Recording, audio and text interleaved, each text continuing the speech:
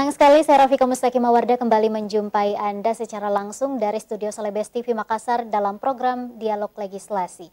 Di edisi hari ini kami akan membahas efektivitas Perda, Anjal, dan Gepeng.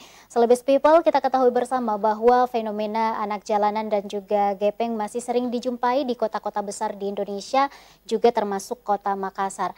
Padahal untuk Anjal dan Gepeng ini sudah diatur dalam Peraturan Daerah Nomor 2 Tahun 2008 maksud kami. Nah, seperti apa kemudian efektivitas dari peraturan daerah ini? Kami akan membahasnya lebih jauh bersama dengan legislator DPRD Kota Makassar, ada Pak Abdul Wahab Tahir. Assalamualaikum Pak Wahab. Assalamualaikum warahmatullahi wabarakatuh. Saya senang sekali semangatnya Pak Wahab ya. Sehat Pak Wahab? Insyaallah, alhamdulillah. Alhamdulillah. Baik, saya juga ingin menyapa Pak Masri di sana, Kepala UPT Rumah Perlindungan dan Trauma Center Dinsos Makassar. Assalamualaikum Pak. Waalaikumsalam. Sehat Pak ya? Alhamdulillah. Terima kasih Pak sudah berkesempatan hadir Sama-sama di Dialog Legislasi edisi hari ini.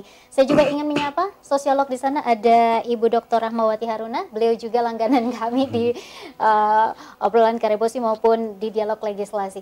Baik, pada efektivitas Perda, Anjal, dan Gepeng, saya terlebih dahulu ke Pak Wahab terkait dengan tema kita Pak. Komentar Anda, ini kan permasalahan yang tidak pernah habis-habisnya ya Pak ya. Silakan Pak Wahab. Jadi gini, kalau kita bicara soal produk hukum, apalagi perda kan berarti sebuah aturan hukum atau norma atau kaidah yang berlaku dalam wilayah hukum tertentu. Karena kita bicara dalam segmen Makassar, maka perda itu berlaku di kota Makassar. Nah, kalau kita bertanya soal apa dia efektif atau tidak, jawaban saya tergantung nilai kepatutan. Sebuah produk hukum itu dilihat dari nilai kepatutan masyarakat. Apa masyarakat bisa patuh terhadap aturan tersebut. Atau jangan sampai aturan itu menjadi mubazir karena tidak diindahkan oleh masyarakat. Jadi peraturan atau produk hukum itu akan berwibawa apabila diiringi dengan sikap tegas bijaksana dari pemerintahan dalam melaksanakan proses perda itu tadi. Problemnya kan kalau kita bicara Anjal, saya tidak mau bicara dalam perspektif hukum. Kalau saya bicara dalam perspektif hukum, saya kan mahasiswa fakultas hukum. Aktivis di tahun 90-an sampai sekarang masih jadi aktivis. Jadi saya selalu bicara substansinya. Apa sih masalahnya itu Anjal dan Gepeng? Saya selalu mendorong pihak eksekutif untuk masuk pada ruang-ruang privat mereka. Menyelesaikan apa sih masalah mereka. Gitu. Sehingga kemudian bisa diselesaikan masalahnya. Itu problem pertama. Problem kedua adalah etos kerja. Kalau kita bicara dalam perspektif budaya dan agama, tidak ada satupun agama di dunia ini yang mengajarkan orang untuk jadi pengemis. Begitu pun apalagi budaya dalam budaya Makassar, Bugis Makassar, tidak ada dalam lontara kita yang mengajarkan kita untuk menjadi pemalas dan pengemis kan seperti itu. Yang ada pemeonya mengatakan bahwa kalau Anda hidup bertetangga dengan orang suku Bugis Makassar, maka Anda kemungkinan besar tidak akan mungkin mati kelaparan. Kayak gitu kan.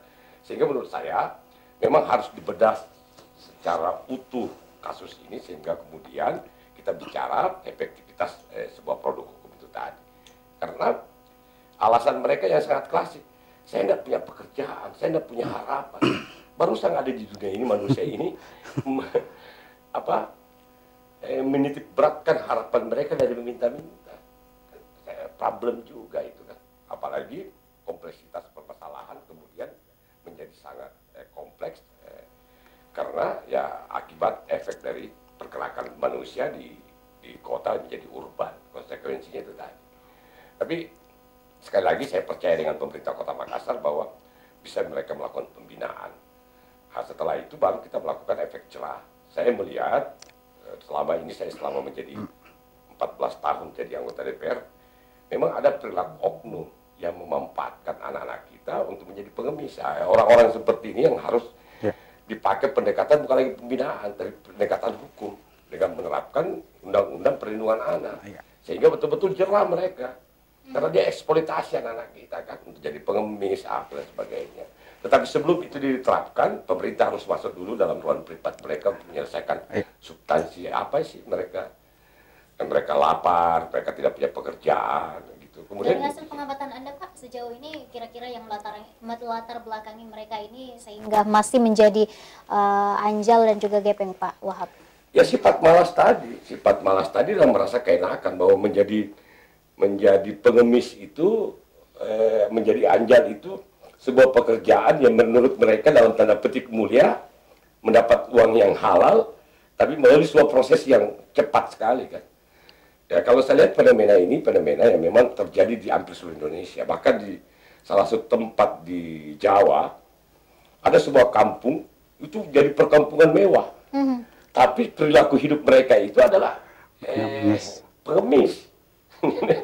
Ditanya kenapa mereka suka ngemis, dan rupanya mereka melihat bahwa mengemis itu adalah salah satu fokus utama pekerjaan mereka. Karena mereka merasa bahwa mereka tidak punya skill, tidak punya kemampuan, tidak punya modal, sehingga mereka menjadikan itu sebuah alternatif. Itu yang saya katakan dari awal, peran pemerintah masuk di ruang privat mereka agar hal yang substansi itu bisa terselesaikan. Kalau dinas sosial ini kan sifatnya lebih pada pendekatan aturan saja. Melihat ada efek sampingnya, kemudian mereka turun lagi. Ya gaya pemadam kebakaran saja. Yang seharusnya kan peran mereka lebih didorong untuk masuk menyelesaikan hal yang sangat substansi. Sama pada saat saya jadi ketua komisi D, saya dorong mereka untuk melakukan tindakan yang lebih manusiawi, bijaksana, tetapi sekaligus ketegasan terhadap sikap mereka terhadap perilaku oknum yang memanfaatkan, mengeksploitasi anak-anak. Oke, jadi butuh ketegasan yang lebih dari pemerintah Kota Makassar ya, khususnya Dinsos. Baik, saya ke Pak Masri. Pak Masri, pandangan umum Anda Pak, ini kan kita lihat anak jalanan sekarang bertransformasi, ada yang jadi badut dan segala macamnya Pak Masri. Silahkan tanggapan Anda. Terima kasih.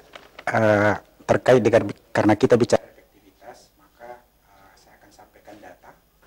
Tahun 2002 itu 467 klien yang kami tangani. 2023 ini baru bulan Juni kami sudah tangani 289 per hari ini, karena hari ini ada lagi yang kami tangani 4 orang, 289. Terkait apakah efektif atau tidak, kita bagi klasternya dulu. Nah, kemarin itu di 10 titik sangat marak, salah satunya misalnya Taman Andrea, TAT BTP, Bandara, Pengayoman, Adiaksa. Nah, kita bisa lihat hari ini itu sudah sangat menurun secara signifikan. Itu kita bisa lihat juga dari hasil sitaan kami, misalnya badut. Di tempat kami itu sitaan itu sudah sampai 200. Begitu juga misalnya gitar, itu sudah puluhan kami sita. Nah, di RPTC setelah dijangkau, dijaring oleh TRC Saribatang, itu dibawa ke RPTC untuk dilakukan pembinaan selama 3 hari. Nah, pembinaan ini bertujuan untuk mengembalikan kembali psikologis anak-anak. Jadi ada 3 pendekatan. Yang pertama, bimbingan spiritual, karena nyaris memang anak-anak tidak ada sama sekali pemahaman agamanya, pengalaman kami. Terus kedua, bimbingan sosial, terkait misalnya pendidikan motoriknya. Jadi biasa main Lego, apa, kita klaster juga nanti umurnya anak-anak, membaca dan sebagainya. Terus bimbingan fisik, misalnya olahraga, bermain dan sebagainya. Itu kami lakukan di RPTC selama 3 hari sesuai dengan SOP yang kami pegang. Terkait dengan tindak lanjut, kita kan berharap tidak turun lagi setelah mendapatkan pembinaan di RPTC Dinas Sosial. Tapi faktanya kami tidak menutup mata bahwa faktanya ada juga yang berulang, ada yang berkali-kali. Tapi alhamdulillah dari amatan kami, karena kami sangat mengenal mereka ini, by name, by address, bahkan by telepon, kita sudah mengenal dari wajahnya saja, kami sudah kenal dari jauh. Artinya apa? Bahwa secara informasi kami sudah dapat infonya bahwa motor-motornya mereka atau orang-orang yang menjadi pemimpinnya mereka pada saat di jalan itu relatif sudah ada yang tidak melakukan kembali.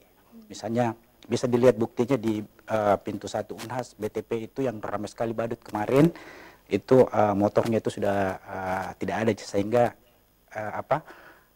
kurang juga yang turun ke jalan. Begitu juga misalnya di Ratulangi, Taman Kakatua yang dekat TPRI itu juga dulu ramai sekali.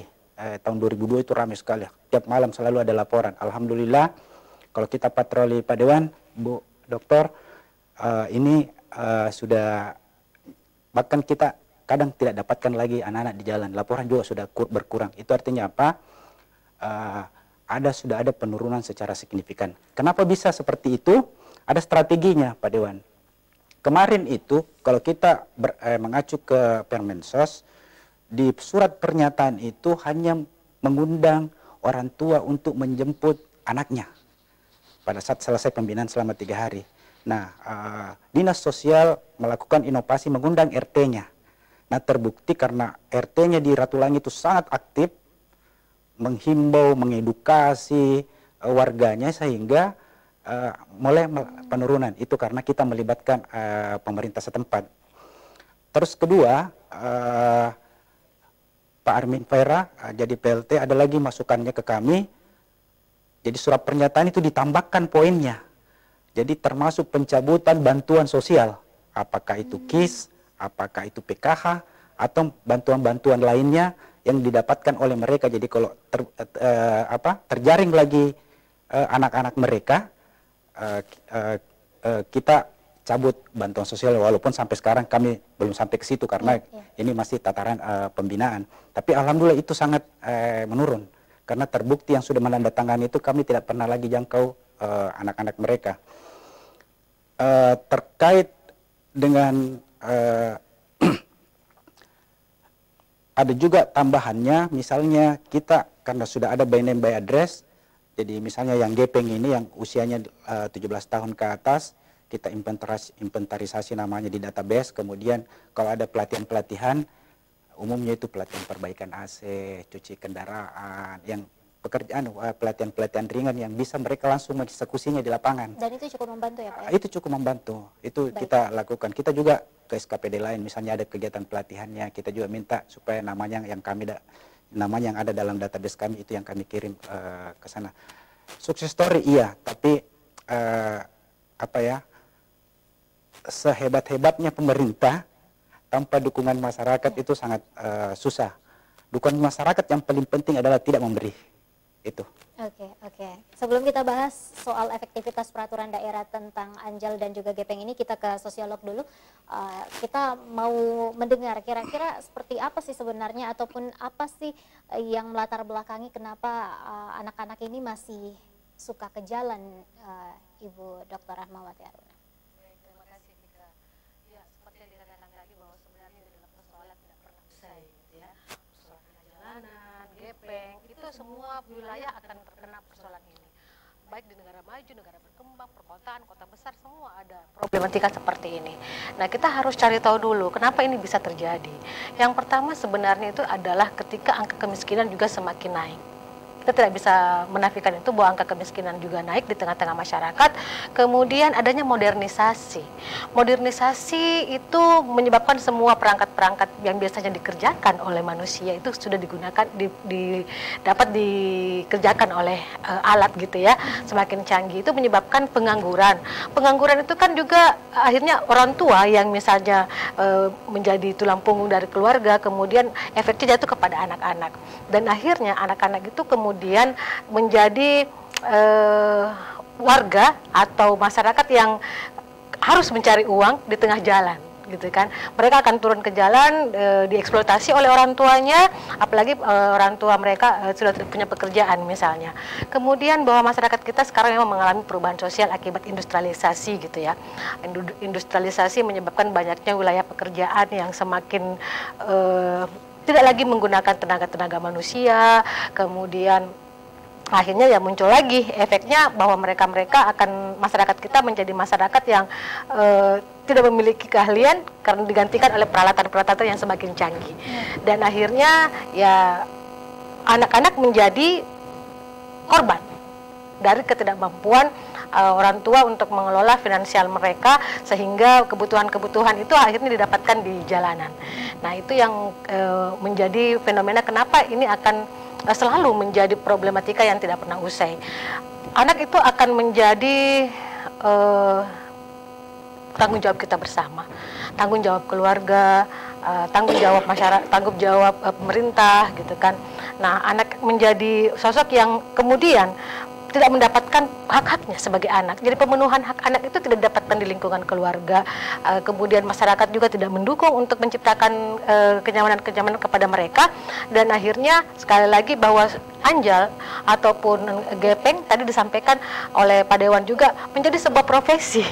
Menjadi sebuah profesi yang menurut mereka itu adalah cara yang paling mudah untuk mendapatkan uang demi memenuhi kebutuhan mereka. Oke, pembahasan kita semakin menarik, tapi kita harus rehat sejenak. Pemirsa, tetap bersama kami di Dialog Legislasi. Pemirsa, Anda masih bersama kami di Dialog Legislasi Efektivitas Peraturan Daerah Anjal Gepeng. Saya kembali ke Pak Wahab. Pak Wahab, untuk peraturan daerah Anjal dan juga Gepeng ini sebenarnya memuat apa saja, Pak? Bagaimana pengawasannya dari DPRD Kota Makassar? Ya, saya harus katakan bahwa Perda ini sudah terlambat ya, 2008.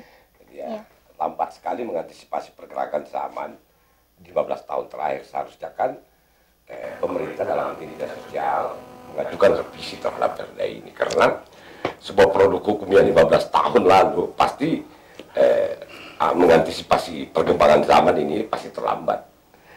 Pergerakan manusia ini kan pergerakan media, hampir-hampir tidak ada lagi ruang privat, sehingga menurut saya memang produk hukum itu harus mengantisipasi gitu ya, walaupun dalam teori ilmu hukum menyatakan bahwa hukum tertulis itu selalu terlambat dalam mengantisipasi pergerakan zaman. Tetapi sekali lagi ya, kita dorong pemerintah untuk melakukan revisi dalam rangka bisa mengakomodasi seluruh kepentingan yang ada, bukan hanya soal kewenangan dinas sosial yang melakukan razia, tapi mereka juga lakukan kewenangan hak pemerintah dan kewajiban pemerintah untuk hadir menyelesaikan hal yang sangat substansi dalam apa yang terjadi pada mereka. Kan negara itu wajib hadir di setiap, kalau dalam bahasa politik kami, negara harus hadir dalam setiap duka masyarakat. Sehingga menurut saya pemerintah harus hadir untuk menyelesaikan hal yang sangat substansi tadi. Hanya memang problematikanya seperti tadi disampaikan Ibu sosiolog tadi, bahwa memang ada pergerakan semakin kemarin ini, semakin pemahaman orang terhadap sebuah aturan, kecerdasan mereka menangkap pesan itu secara utuh dalam perspektif mereka, kemudian dia menganggap ini sebuah peluang untuk mendapatkan uang yang sangat gampang. Jadi sehingga mereka memanfaatkan itu saja. Tapi kan menurut saya sekali lagi kita semua pemerintah, terutama pemerintah, ya harus wajib, karena ini perintah undang-undang, bahwa pemerintah punya berkewajiban mengayomi para fakir miskin dan orang terlantar, yang harus hadir di situ. Berapapun besarnya anggarannya, kita siapkan saja dalam proporsi mereka melakukan pembinaan. Tetapi memang juga dalam perjalanannya kemudian kita harus melakukan proses penegakan hukum. Karena saya kecenderungannya, minta maaf saja, saya harus katakan bahwa memang ada orang yang suka sekali mengeksploitasi yang ada, sehingga masa depan anak-anak ini menjadi hilang. Siapa yang bertanggung jawab terhadap masa depan mereka? Ya kita semua. Kan tidak ada yang tahu apa yang akan terjadi keesokan hari. Coba bayangkan, tiba-tiba ada anak yang hari ini harus mengenyam pendidikan, mengisi mentalitas dan pikiran mereka, keilmuan yang baik untuk kemudian masa depan mereka, kemudian terpangkas. Jadi peran kita semua, terutama pemerintah, itu harus hadir mengembalikan masa depan mereka, mengembalikan cita-cita mereka. Kehadiran pemerintah ini misalnya seperti apa, Pak Wahab? Ya, harus menyelesaikan hal yang substansi. Seperti yang disampaikan tadi, dinas sosial itu kan baru secuil dari problematika soal anak anjal tadi. Mereka punya keterbatasan untuk menyenuntaskan persoalan intinya. Persoalan utamanya apa? Itu kebodohan, kemiskinan. Itu kan pemerintah harus punya program untuk menyelesaikan semua itu. Itu tanggung jawab mereka. Ini perintah undang-undang seperti itu. Sehingga mereka tidak turun lagi ke jalan. Kalau hari ini dikatakan oleh dinas sosial ada perubahan, iya. Karena hari ini belum lagi musimnya. Tapi kalau musimnya, turun lagi semua mereka. Coba saya kasih contoh saja. Kalau menjelang hari-hari perayaan, hari-hari besar keagamaan, itu ramai sekali Makassar. Diserbu malah dari urban, dari berbagai daerah. Berarti kita sudah tahu ini. Makanya kalau sudah tahu, pemerintah harus punya treatment khusus menghadapi mereka. Kalau saya sih lebih menyarankan kepada pemerintah, karena kewenangan ada sama mereka, tuntaskan masalahnya, masalah utamanya, kemiskinan, kebodohan. Kalau perlu anak-anaknya mereka kita sekolahkan dengan gratis. Sekolah 6 tahun di SD, SMP 3 tahun, ini kewenangan pemerintah, digratiskan semua. Sehingga kemudian mereka ada keinginan untuk bersekolah. Nah, problematikanya kemudian dinas sosial melakukan misalkan pembinaan, tetapi pembinaan jangka panjang oleh dinas terkait itu putus, kan repot juga. Interkoneksi komunikasi antar OPD juga tidak jalan dengan baik. Misalkan dinas sosial sudah melakukan pembinaan, nah ini mau sekolah nih, tiba-tiba di dinas lain tidak memberi ruang kepada mereka. Atau misalkan soal pelatihan tenaga kerja, harusnya dinas terkait kemudian memberi ruang kepada mereka. Dinas koperasi memberikan permodalan terhadap mereka, sehingga mereka bisa tuntaskan persoalannya. Walaupun dalam perspektif agama, saya karena saya seorang Muslim, sampai dunia kiamat orang miskin itu pasti ada. Tetapi jangan kemudian itu dasar dalil yang diajukan, kemudian kita tidak menuntaskan masalahnya. Kan tanggung jawab kita semua untuk menyelesaikan persoalan itu. Oke, Pak Masri, disampaikan tadi Pak Wahab ya Pak ya, bahwa butuh kehadiran pemerintah. Namun mungkin juga ada keterbatasan dari dinas sosial ya Pak ya. Keterbatasan apa saja yang mungkin ditemui di lapangan, Pak Masri? Terkait dengan keterbatasan, perlu kami sampaikan bahwa penanganan anak jalanan, gepeng, maupun PMKS, 26 PMKS, itu bukan hanya pekerjaannya dinas sosial. Butuh dukungan semua stakeholders yang ada. Misalnya dia putus sekolah, dinas pendidikan. Misalnya dia butuh pelatihan, dinas mana. Seperti itu yang disampaikan tadi Pak Wahab, Pak Dewan. Sebelum saya melanjutkan terkait dengan itu, perlu kami sampaikan bahwa disampaikan tadi Ibu sosiolog, itu kayak profesi, sudah jadi pekerjaan. Kenapa? Karena memang penghasilannya relatif memang lebih tinggi. Pernah ada kasus kami dapatkan ibu dengan 1 anak dan 1 ponakan, jadi 3 bekerja, itu dalam 1 hari 3,8 juta. Nah, rata-rata itu anak-anak 100.000 1 hari, rata-ratanya ya. Jadi bisa dibayangkan, orang tua mereka pasti memang mengeksploitasi anak karena menjanjikan anak seperti mesin pencari uang. Nah, itu yang mata rantai yang harus kita putus. Bakat anak-anak sebagian besar yang kami temukan di lapangan itu sebagian besar tidak sekolah. Kita bisa membayangkan bagaimana penderitaannya itu anak. Kami itu Pak Dewan, Ibu dokter, kalau misalnya itu anak-anak kami bina selama 3 hari, pada saat dia masuk itu kucel banget. Pada saat dia keluar segar kembali. Itu karena dia hidup di jalan. Nah, kita putus itu, makanya kita bina selama 3 hari. Kita rencananya mau tingkatkan sampai 5 hari atau 7 hari sesuai dengan Permensos. Cuma persoalannya adalah kapasitas RPTS itu sangat terbatas, sedangkan klien itu tiap hari masuk, jadi ada sirkulasi. Jadi hanya secara itulah kita bisa melakukan pembinaan sampai hari ini. Lebih jauh lagi bahwa disampaikan tadi Bu Dokter bahwa pekerjaan ini, keragaman pekerjaan nyaris sudah diambil oleh mesin ya, kalau mau diartikan seperti itu. Tapi sebenarnya tidak juga, karena dalam beberapa kasus yang kami tangani, ada yang dulunya kerja misalnya pelayan restoran, kerja di bengkel, macam-macam lah. Tapi dia kembali turun ke jalan setelah lingkungan mereka hidup memperlihatkan bahwa lebih menjanjikan ini mengemis. Makanya mereka akhirnya berhenti di pekerjaannya, ikut ke pekerjaan itu. Ya apalagi yang kayak badut kemarin itu yang paling ramai. Tapi alhamdulillah setelah kita patroli dengan gencar, itu sangat berkurang. Kemudian untuk mengantisipasi tadi yang disampaikan Pak Dewan terkait dengan hari-hari besar, itu kita memang posko. Kita bikinkan posko sehingga kita di perbatasan semua, sehingga harus masuk itu pengemis itu kita batasi memang. Kita bisa buktikan tahun lalu, tahun ini waktu Lebaran Idul Fitri nyaris relatif lebih adem dibandingkan tahun-tahun sebelumnya, karena kita memang mengantisipasi hal itu. Begitu juga dengan hari-hari besar lainnya maupun hari di mana kegiatan-kegiatan nasional atau kegiatan internasional diadakan di Makassar, kayak misalnya Naval tadi ini, Komodo yang Angkatan Laut. Kita juga aktif sekali pada saat itu, sehingga wajah Makassar itu lebih manusiawi kelihatan pada saat ada kegiatan-kegiatan nasional maupun internasional di Makassar. Oke. Seperti itu. Kalau misalnya tadi tantangan-tantangan selain mungkin ini bukan hanya tugas dari dinas sosial, apalagi Pak Masri? Ya, problemnya kami kan pertama sumber daya. Kita harus tidak bisa menutup mata bahwa tempat kami, rumah pembinaan kami itu sebenarnya dia sifatnya cuma rumah singgah karena 3 hari. Kalau kita berkaca ke Surabaya yang disampaikan tadi Pak Wahab waktu break, itu ada namanya Liponsos. Jadi dia satu lingkungan puluhan hektar, itu semua PMKS ditangani di situ sampai dengan pelatihan-pelatihannya. Jadi ketika mereka kembali 6 bulan itu pas pelatihannya. Jadi ketika mereka dikembalikan ke rumahnya, mereka sudah siap kerja. Nah, itu yang kita belum ada.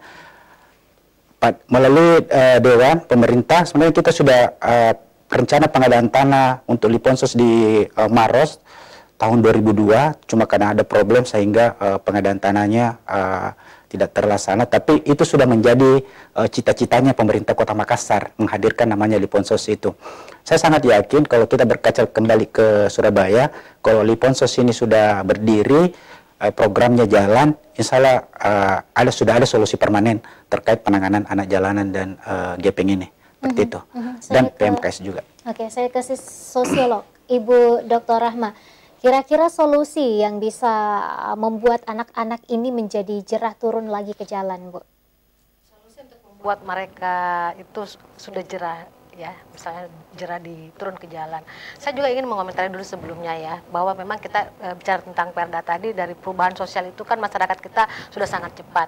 Nah, 2008 itu sudah waktu yang sudah sangat lama untuk bisa merevise undang-undang atau Perda yang dilahirkan.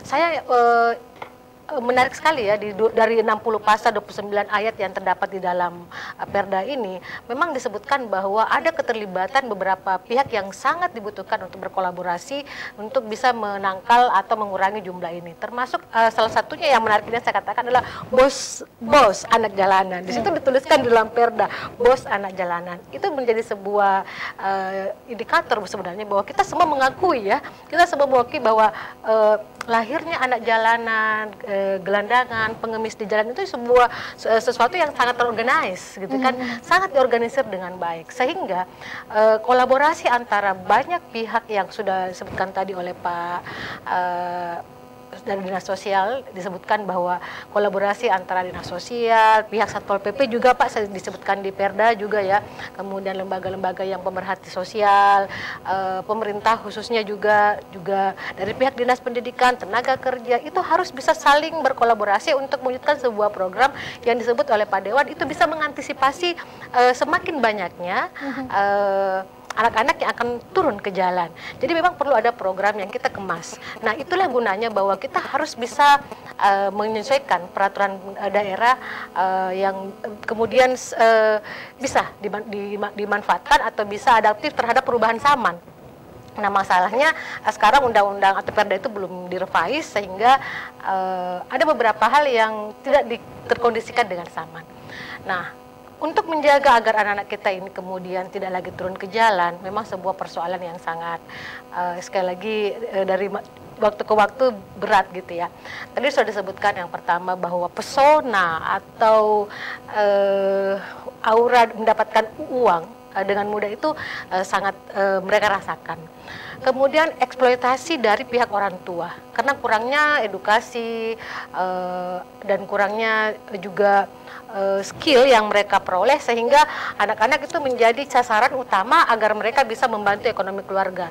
Jadi dengan tanda kutip mereka menyebut sebagai upaya untuk membantu ekonomi keluarga, maka menggunakan anak-anak ini untuk turun ke jalan. Akhirnya apa? Ada hak-hak anak yang tidak terpenuhi, termasuk pendidikan tadi. Padahal pendidikan bagi anak-anak kita itu kan merupakan modal dasar untuk bisa menjadikan mereka sebagai orang yang mandiri, orang yang tidak berperilaku mengemis. Ini yang terjadi kan sekarang ini adalah mental pengemis yang ada di anak-anak kita. Iya. Karena dibangun oleh keluarganya, dibangun oleh lingkungannya dengan alasan tadi ada kemiskinan, begitu kebodohan itu semakin menjadi membuat mereka menjadi orang yang tidak lagi mengetahui mana yang baik untuk mereka dan mana yang tidak. Akhirnya pula kita yang memiliki sebenarnya nilai-nilai Sirina Pace ini ya, tidak lagi bisa menerapkan itu karena tidak ada rasa malu lagi. Hilang sudah rasa malu karena keinginan untuk memperoleh uang itu dengan mudah ada melalui turun ke jalan sehingga mereka selalu ingin turun ke jalan untuk mendapatkan kemudahan mendapatkan uang. Nah, yang perlu kita ketahui bahwa efek jerah dari mereka itu belum mereka rasakan sebenarnya, Pak ya. Kita mungkin mendengarkan dari pihak Bapak tadi bahwa sudah ada banyak upaya, langkah-langkah yang diberikan. Ketika sudah 3 hari mereka mendapatkan edukasi, pelatihan misalnya, tapi toh nyatanya mereka kembali lagi biasanya. Itu tadi yang disebutkan oleh beliau karena terkontaminasi lingkungan yang buruk ya, sehingga menjadi anjal lagi, menjadi gepeng lagi. Tetapi sudah perlu rasanya untuk menerapkan undang-undang yang lebih ketat agar bisa membuat mereka tuh betul-betul tidak lagi turun ke jalan. Berarti diperlukan penegakan hukum di sini, Bu Rahma? Diperlukan penegakan hukum karena ini bukan lagi masalah yang mudah, meskipun kita tahu bahwa ada anak-anak itu yang anak itu kan ada pelindungan hukumnya Pak Dewan ya, tidak bisa ini. Tetapi itu ternyata perlu upaya untuk merevise yang perda ini yang bisa memberikan sanksi atau hukuman yang bisa membuat mereka itu menjadi tidak turun lagi ke jalan. Saya sangat salut ya dengan apa yang disampaikan oleh Pak Dinas Sosial bahwa mencabut KIS-nya ya, kemudian PKH-nya gitu kan. Akhirnya itu menekan keinginan anak-anak untuk bisa turun ke jalan. Tetapi mungkin dari sisi yang lebih legal itu kita perlu memikirkan ulang supaya mereka tidak betul-betul lagi untuk bisa turun ke jalan. Meskipun ini adalah persoalan yang step by step harus dipikirkan. Oke. Iya, nanti akan dilanjutkan dan dikomentari Pak Masri setelah pesan-pesan berikut ini. Pemirsa tetap bersama kami di Dialog Legislasi. Terima kasih pemirsa, Anda masih bersama kami di segmen terakhir Dialog Legislasi edisi hari ini. Masih bersama Pak Dewan, Pak Masri dari Dinas Sosial dan juga Sosiolog. Saya kembali ke Pak Wahab sebelum ke Pak Masri. Pak Wahab, ini kan sudah di tahun 2008 Pak ya, haruskah sekarang direvisi peraturan daerah ini dan bagaimana sosialisasinya Pak sejauh ini? Karena itu kalau ditanya soal revisinya wajib. Dalam perspektif ilmu hukum yang saya pelajari selama saya jadi mahasiswa fakultas hukum ya, undang-undang tertulis itu selalu terlambat mengantisipasi pergerakan zaman, sehingga kewajiban itu untuk kemudian melakukan revisi. Tergantung pemerintah mau nggak melakukan revisi. Kalau tidak mau, sampaikan ke kami karena kami punya kewenangan untuk melakukan revisi sebuah produk perundang-undangan seperti itu kan. Kenapa kita kedepankan pemerintah misalkan pihak eksekutif melakukan revisi? Karena itu mencangkup kewenangan mereka. Kan di situ mencangkup kewenangan, termasuk mencangkup kewenangan mereka untuk membuat perencanaan sekaligus penganggaran. Karena kan konsekuensi daripada sebuah perintah itu pasti ada penganggaran. Sehingga saya bilang sebaiknya Anda yang melakukan revisi. Kalau Anda tidak punya kemampuan melakukan revisi, serahkan ke kami. Kami akan melakukan revisi. Hanya kurang elok dilihat kalau sebuah produk perda, produk hukum yang awal jadi inisiasi oleh pemerintah, kemudian dalam revisinya diinisiasi oleh legislatif. Sehingga sinkronisasi antara kewajiban, hak dan kewajiban itu nanti tidak terakomodasi dengan baik. Ini kan persoalan klasik sih.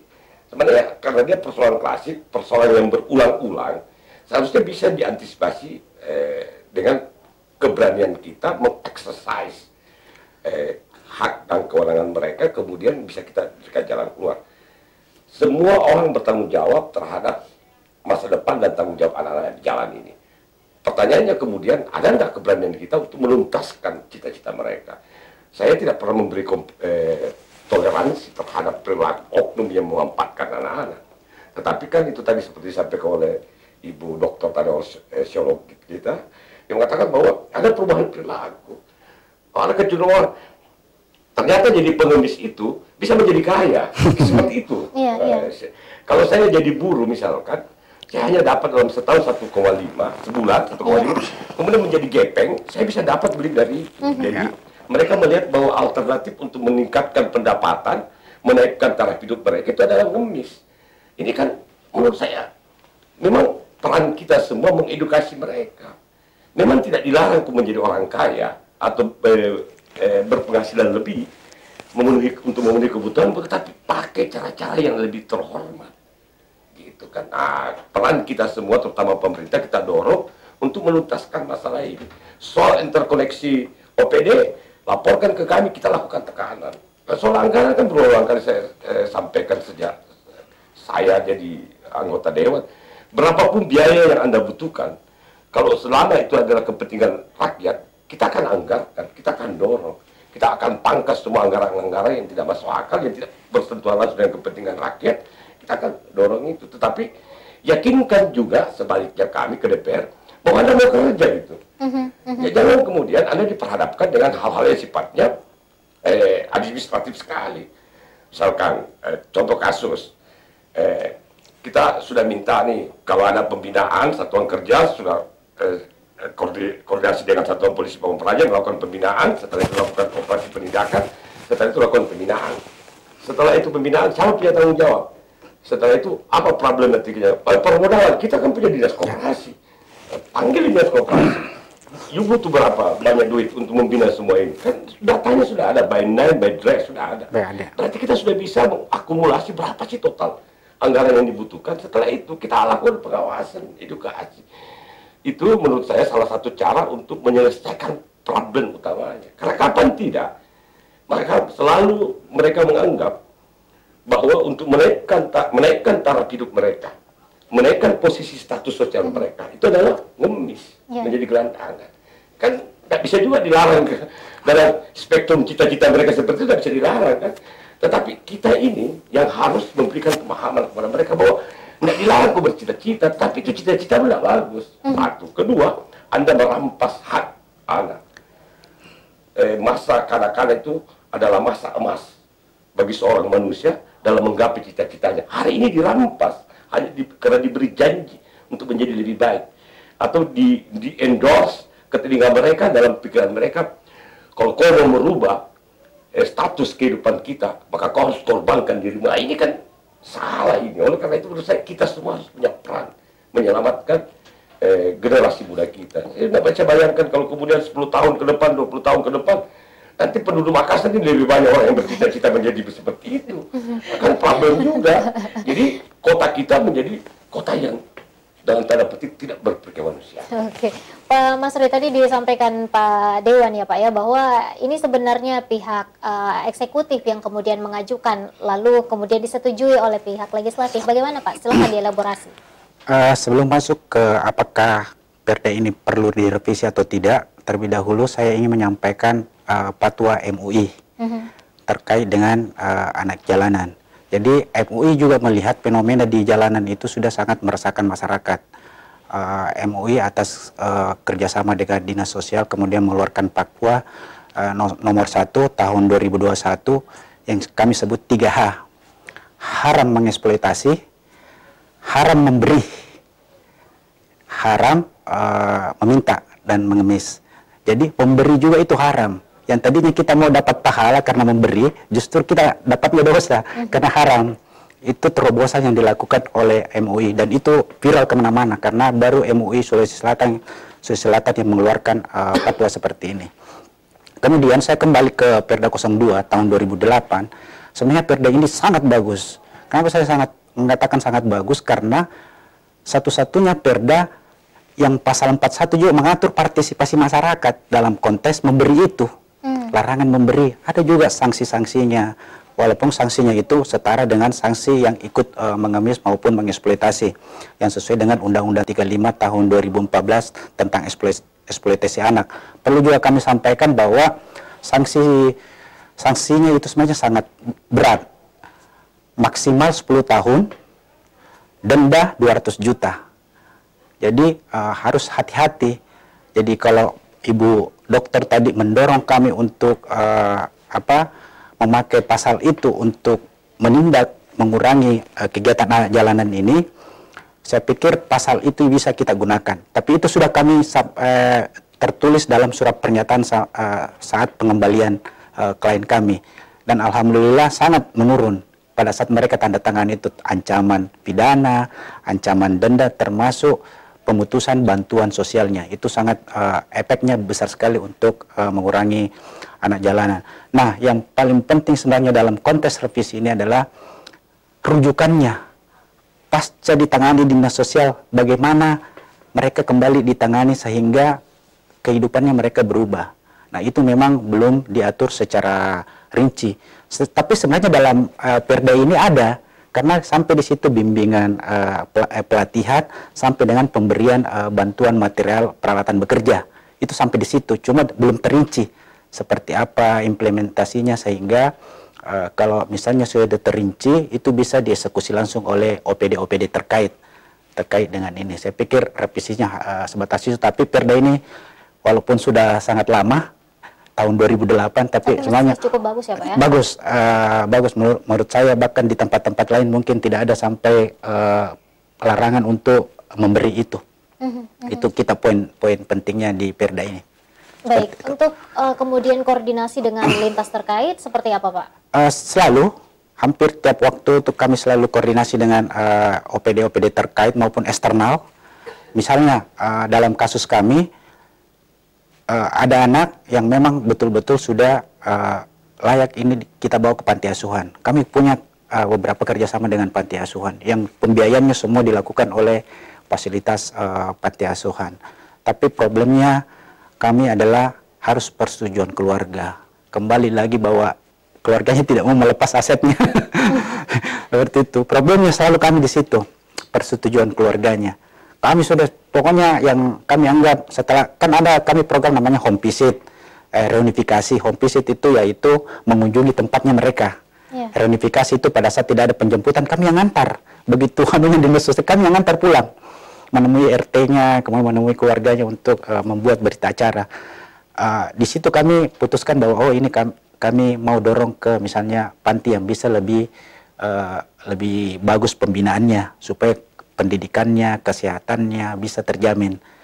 Nah, problemnya kami selalu terbentur di keluarga, karena harus ada persetujuan keluarga. Tidak mungkin juga kita culik anaknya, kita bawa ke panti misalnya, seperti itu. Tapi segala upaya, IPOR-nya dinas sosial itu alhamdulillah sudah sangat luar biasa menurut kami. Baik, saya ke sosiolog. Setelah tadi mendengarkan dari sisi Pak Dewan, juga tadi dari dinas sosial, bagaimana kemudian solusi yang dapat Anda tawarkan Bu selaku sosiolog?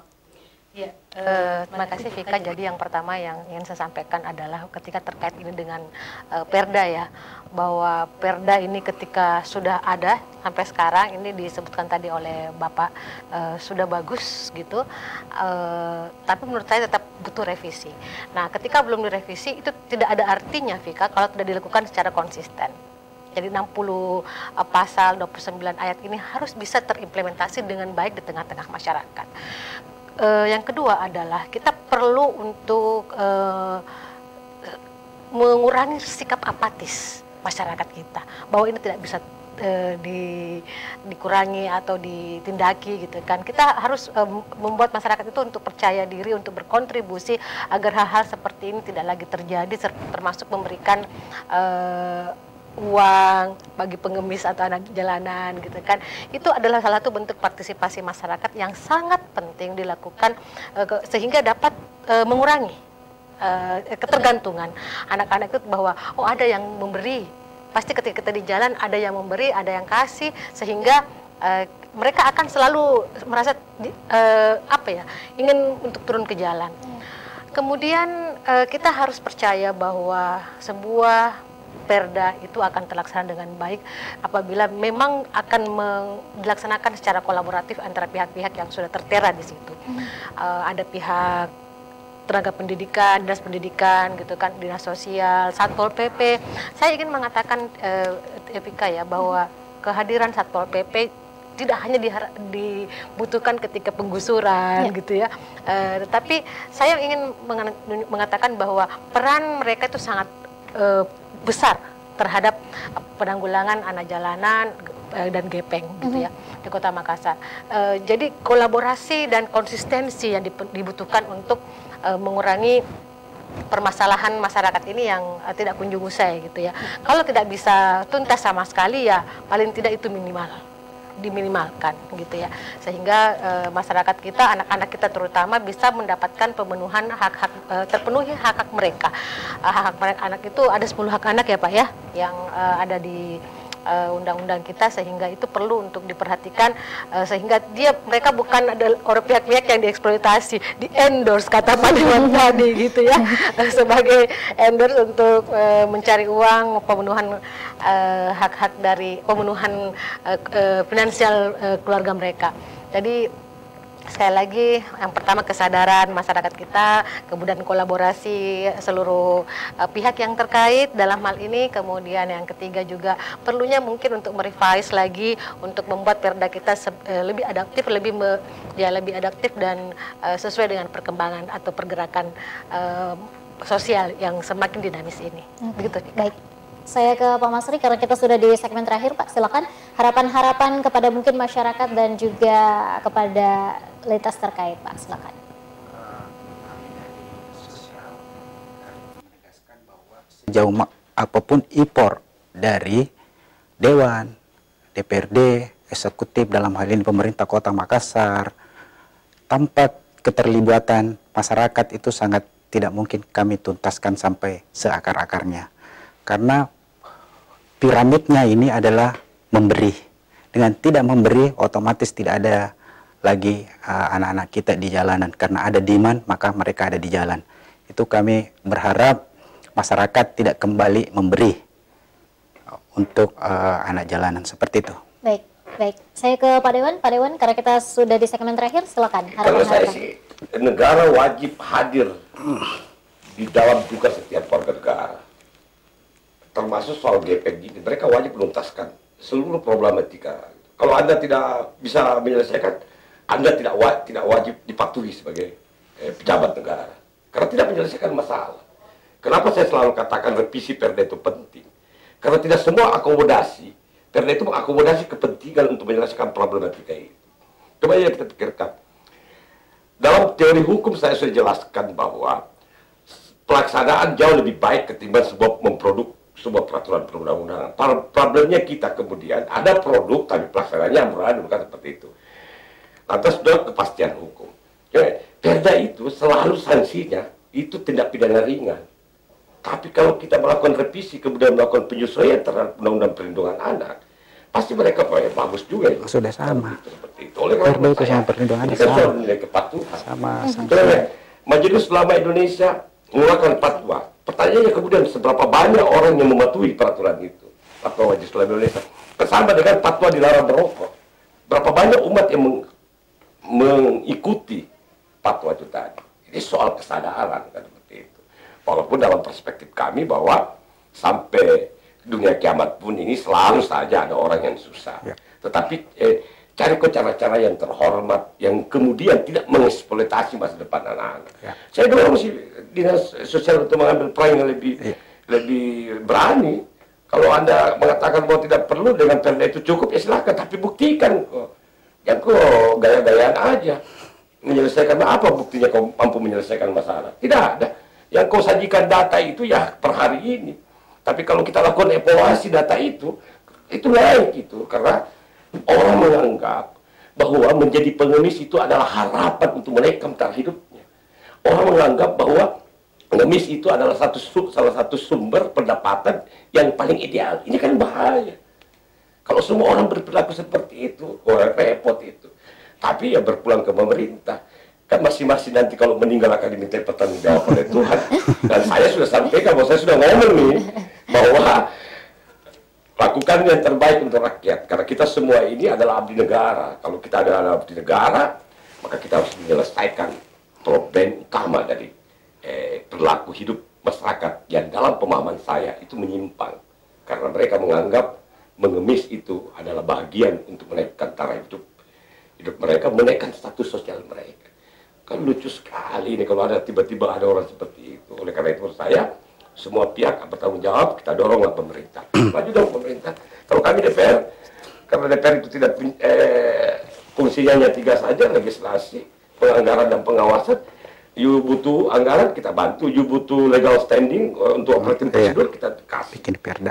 Lakukan pengawasan, ya kita backup. Gitu. tapi selesaikan problem utama itu. Baik, baik, luar biasa. Pak Mesri, mungkin sudah cukup ya Pak Mesri, kita diskusi di luar saja karena kita sudah dibatasi oleh waktu. Pemirsa, cukup sudah 60 menit kami menemani Anda di Dialog Legislasi edisi hari ini. Tentu saja untuk efektivitas peraturan daerah Anjal dan juga Gepeng ini adalah tugas kita bersama pemirsa. Saya Rafika Mustaqim Mawarda pamit. Wassalamualaikum warahmatullahi wabarakatuh. Terima kasih dan sampai jumpa.